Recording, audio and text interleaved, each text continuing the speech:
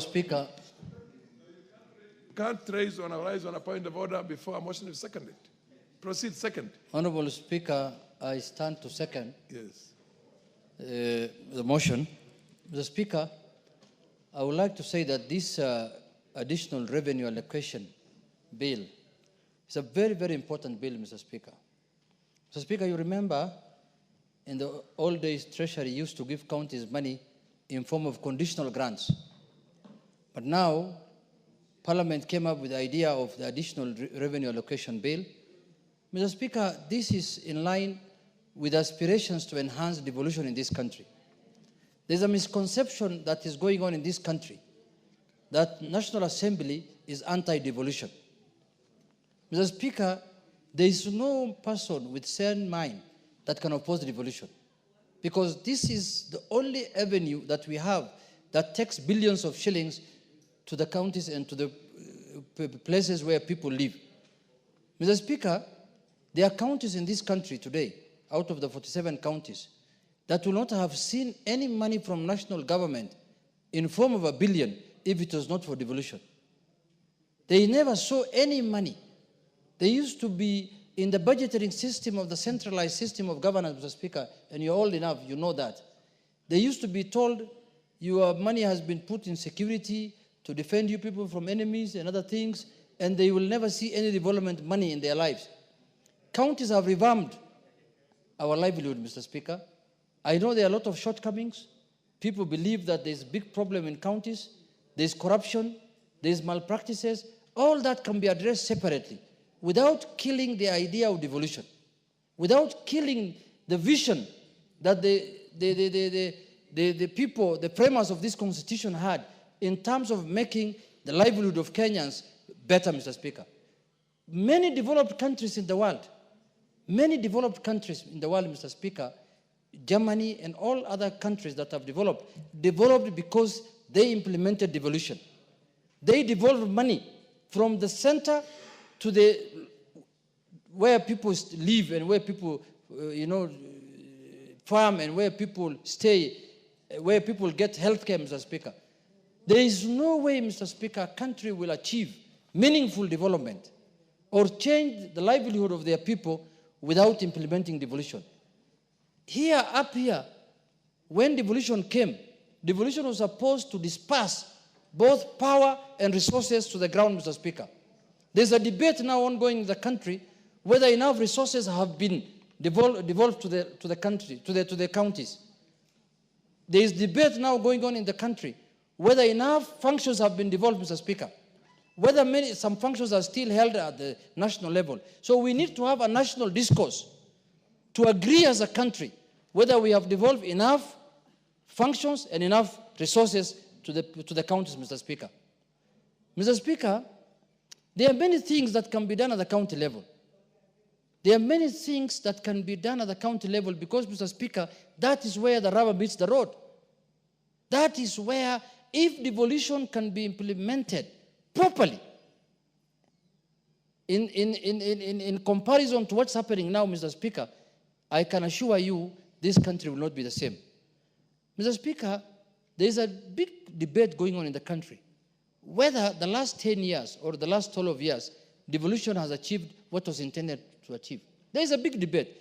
And that is acceptable because people, even national government, there's a debate whether they're doing things the right thing, whether they're doing the wrong thing. Every day, people accuse them of this, SHA is not working, this is not working, and they continue improving. They continue doing their work. They continue saying that we are going to change this.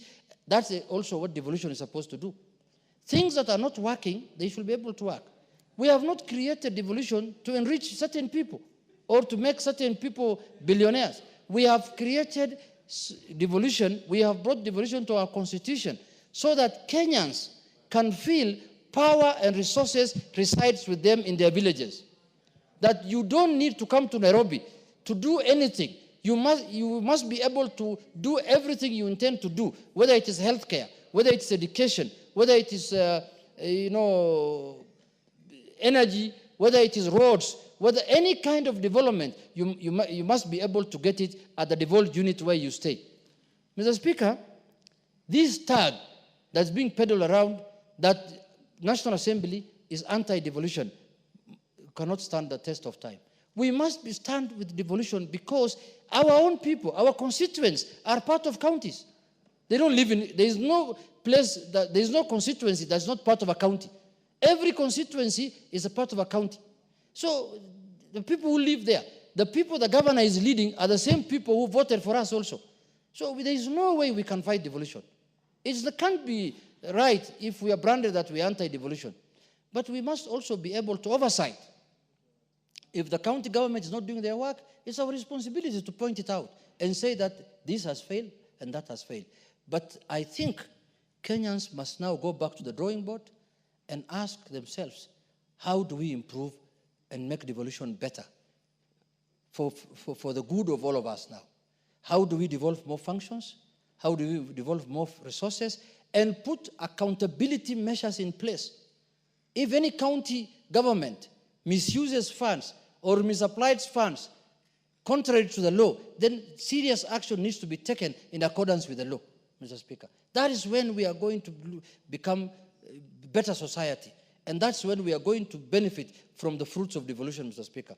With those few remarks, I urge my colleagues, let us support this bill, let us support this motion, let us pass this additional revenue allocation bill. So majority, a lot of the monies contained in this bill, Mr. Speaker, are not from the exchequer. A lot of the monies contained in this bill, Mr. Speaker, are from donor funds. It's donor funds from the World Bank who want to improve our slums in our counties, who want to do roads for us in the small, roads there that are the counties. Majorly, it's a donor-funded programs which contain in this bill, Mr. Speaker. So if we oppose it, we'll be literally refusing counties to access donor funding, and which is not good for us. Why should we refuse if a donor fund wants to improve our healthcare in Migori or in Homa Bay? Why should we refuse if a donor fund wants to improve our roads? That is not in our place to do it. So I urge my colleagues, let's pass this bill, and we will discuss devolution holistically, where it is, where it has come from, and how we want it to go. Thank you very much, Mr. Speaker. I second. Honorable members, I now propose a question that the county government's additional allocation bill, Senate Bill number 1 of 2025, be now read a second time. You're on a point of order. What's your point of order?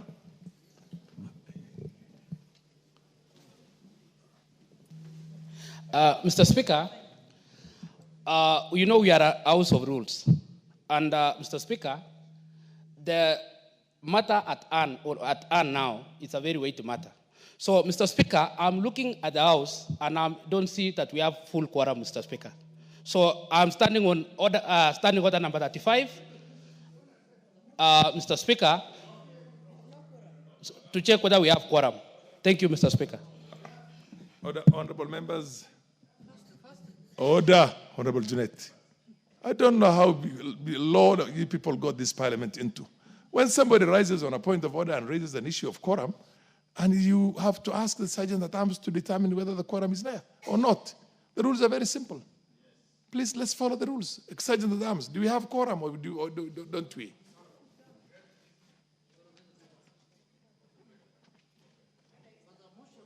Order, we don't have a quorum. Okay, ring the quorum bell. Quorum bell. Ring the quorum bell. Well, you propose, and after proposing, you open to debate. I proposed. What's wrong with you? Yes. Junet, enthusiasm seems to have taken the better side. Ring the, is it ringing? For 10 minutes. 10 minutes. Go and get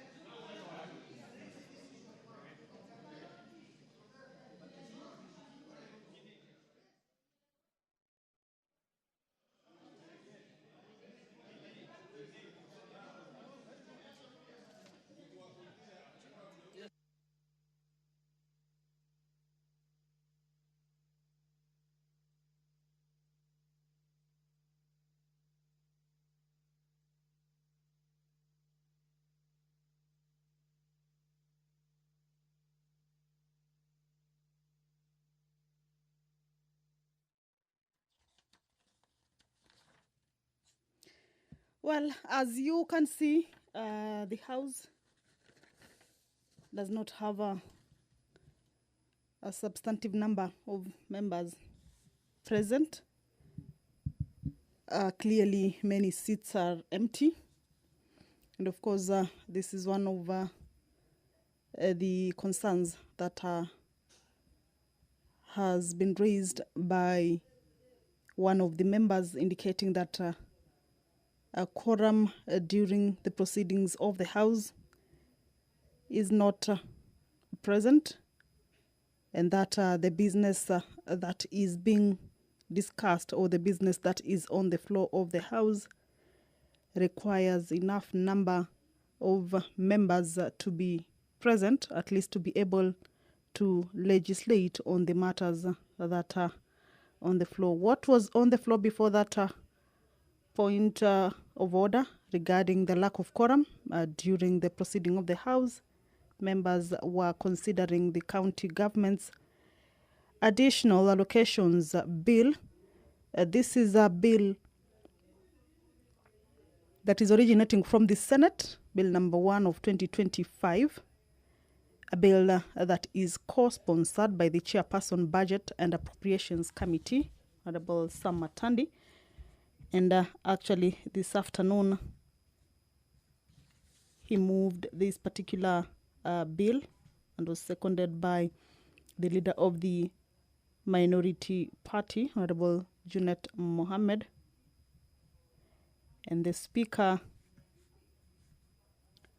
was about to give way for debate, for members to be able to weigh in on this particular bill.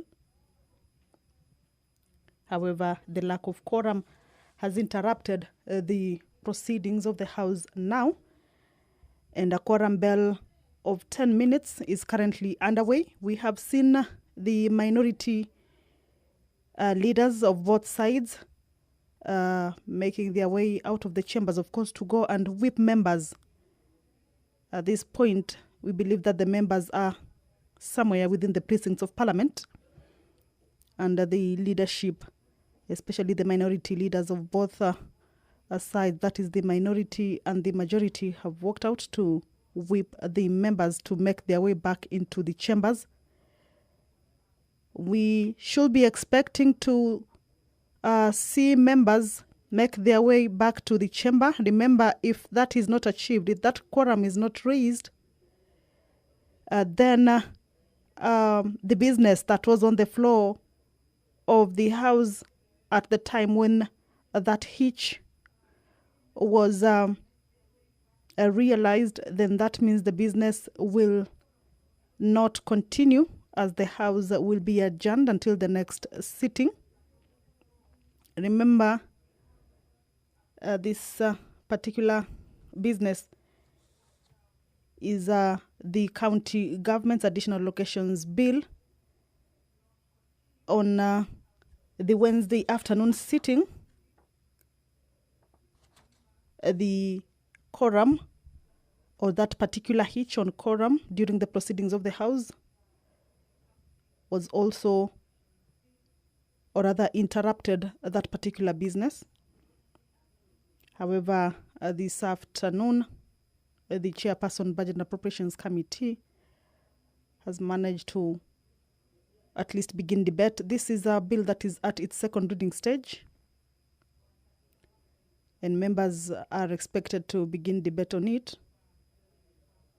The mover has moved and has been seconded, and members are expected to ventilate on it. This is a bill that you will recall last year failed to sail through owing to matters regarding the RMLF fund.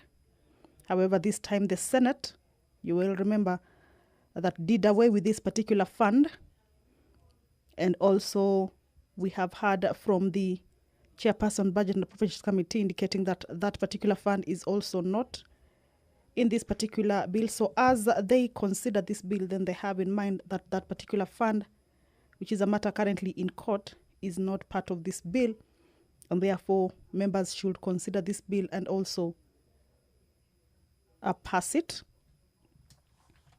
The funds in this particular bill are funds that mostly are coming from donors, funds that are expected to put in motion various projects in various counties. These monies, as indicated, are not coming from the exchequer, but mostly a lot of the monies in this particular bill is coming from donor funds. We have had the two speakers who have already made their contributions on this bill, urging the House to allow this bill sail through to be able to go and help various projects, including the payment of community health promoters, and also assist in a number of projects that the county governments or the devolved units have actually benefited a lot from. Last year, this particular bill did not sail through, and therefore the funds did not reach the county governments. However, this time round, once this particular bill sails through, remember the Senate already considered it and passed it, and now it is the turn for the National Assembly to also consider it.